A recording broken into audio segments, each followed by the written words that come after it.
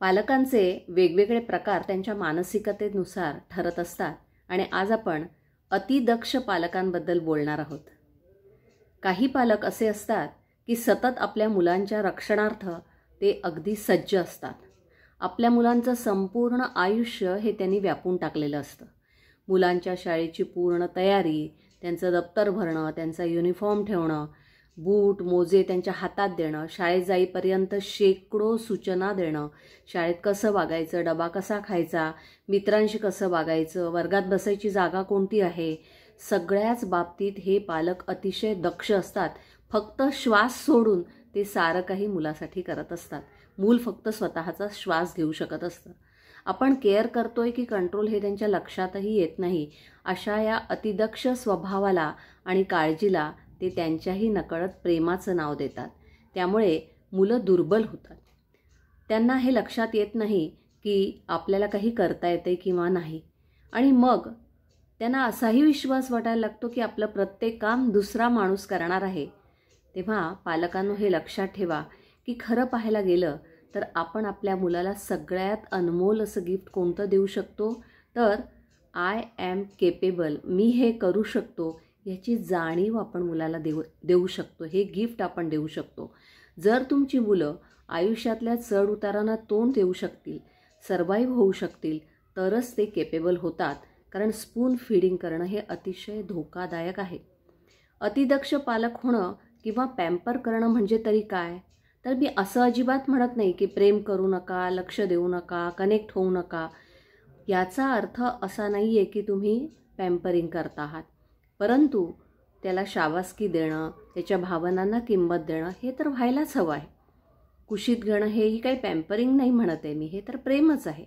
पण ज्या गोष्टी मुलं स्वतःहून करू शकतात ती कामं जर आपण करायला लागलो तर काय होईल की त्या मुलांना आपण पॅम्परिंग करतो आहोत, आपण त्यांना सतत सांभाळतो आहोत. आणि खरं म्हणजे आपली मुलं जेव्हा जन्माला येतात ना तेव्हाच ती त्यांच्या क्षमतांप्रमाणे काम करण्यासाठी तयार असतात. अगदी 2 वर्षाचं मूलसुद्धा हे म्हणतं की मी हे करतो, पण आपण काय म्हणतो, तू लहान आहेस, तू खेळायला जा. हेच मूल जेव्हा मोठं होतं त्यावेळेला तुम्ही त्यांना म्हणता की तू काम कर आणि ते म्हणतो की मला खेळायचं. ही एक मोठी गंमत आहे. बऱ्याचदा आपण मुलांना उपयोग व्हावा म्हणून त्यांना मदत करतो, परंतु आपण त्यांना छोटी छोटीशी त्यांच्या वयाला झेपतील अशी कामं सांगायला काहीच हरकत नाही. कारण ती त्यांच्या अनुभवातून, त्यांच्या अडचणीतून पुढे जातील, तयार होतील. कारण ह्या सगळ्या अनुभवातून, या खाचखळग्यातूनच त्यांचा आत्मविश्वास वाढणार आहे. आपण बरेच वेळा अतिदक्ष पालक झाल्या कारणाने आपण जे ओव्हर त्यांना प्रोटेक्शन देतो किंवा पॅम्परिंग करतो किंवा त्यांची अति काळजी करतो किंवा त्यांना अति मदत करतो, त्याच्यामुळे त्यांच्या व्यक्तिमत्वावर, त्यांच्या चारित्र्यावरती, त्यांच्या वृत्तीवरती, त्यांच्या स्वभावावरती सुद्धा खूप मोठा परिणाम होत असतो. आणि हे करणं खरोखर खूप धोकादायक आहे. आपण त्यांच्या बाबतीमध्ये कन्सर्न असायला हरकत नाही, परंतु केअरच्या नावाखाली आपण अति लाड करणं किंवा अति अवलंबून ठेवणं हे खूप चुकीचं आहे. असं म्हणतात की छोट्या झाडाला जर बहरायचं असेल तर त्याला मोठ्या झाडाच्या सावलीत कधीही ठेवू नका. ते स्वतंत्रपणे फुलू शकत नाही, स्वतंत्रपणे उभं राहू शकत नाही.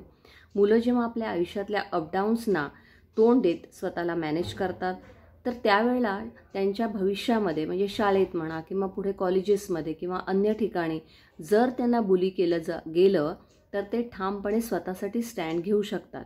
ज्याला स्टँडिंग वॉल म्हणतात, अशा पद्धतीने ते आपलं मत मांडू शकतात, स्वतःचा बचाव करू शकतात. पण आपण काय करतो, तर आपण जरासं जरी मुलाला कुठे धक्का लागला, जरासं जरी त्याला अपयश आलं, जरासं जरी त्याला अडचणी आल्या की आपण त्याच्यामध्ये उडी मारतो आणि ती सगळी परिस्थिती आपण आपल्या कंट्रोलमध्ये घेतो. मुलाला शक्यतो स्वतःचे जे चॅलेंजेस आहेत त्यांना तोंड देऊ द्या. जर असं वाटत असेल की परिस्थिती हाताबाहेर जाते तर तुम्ही निश्चितपणे परिस्थितीला स्वतःच्या हातामध्ये घ्या, ताब्यात घ्या. पण तोपर्यंत सातत्याने मुलाला जर असं तुम्ही जाणीवा देत राहिलात की मीच तुझ्यासाठी सगळं करणार आहे, तर हे मूल स्वतःहून काहीच करणार नाही. आणि याचा आणखी एक वेगळा विचित्र परिणाम, ज्याला आम्ही म्हणतो आफ्टर इफेक्ट्स, ते काय होतात, तर मूल दुसऱ्याला हर्ट करण्यामध्ये काही चुकीचे असं समजत नाही. किंबहुना त्याला असं वाटायला लागतं की हे माझे अधिकारच आहेत, जे मला प्रिव्हिलेजेस मिळत आहेत, जे फायदे मिळत आहेत ते माझे अधिकारच आहे, हे तुम्ही केलंच पाहिजे. आणि ह्या तुमच्या अतिदक्ष पालकत्वामुळे मुलं एक प्रकारे डिपेंडेबल होतात. स्वतःचं काम कुठलंही स्वतः करू शकत नाहीत, निर्णय घेऊ शकत नाहीत. आपण त्यांना नाजूक बनवून ठेवतो. तसं करायला नको आहे. त्यांना या आयुष्यामध्ये पदोपदी गुलाबाच्या फुलांचा बेड किंवा गुलाबाच्या फुलांचा खच नसणार आहे. खाच खळग्याने भरलेला रस्ता हा प्रत्येकाच्या वाट्याला येत असतो. तेव्हा आपल्या मुलाला जर का मजबूत बनवायचं असेल तर आपल्याला अतिदक्ष पालक बनून भागणार नाही. आणि म्हणून एक लक्षात ठेवायचं आहे की या मुलांना आपल्या कम्फर्ट झोनमधून बाहेर पडून पुढे आयुष्यातल्या सगळ्या आव्हानांना तोंड द्यायचं आहे. त्यामुळे तुम्ही फायनान्शियली किती मजबूत आहात यापेक्षा तुम्ही तुमच्या मुलांना मॉरली किती मजबूत करता हे पालकत्वाचं खरं यश आहे. तेव्हा अतिदक्ष होऊ नका.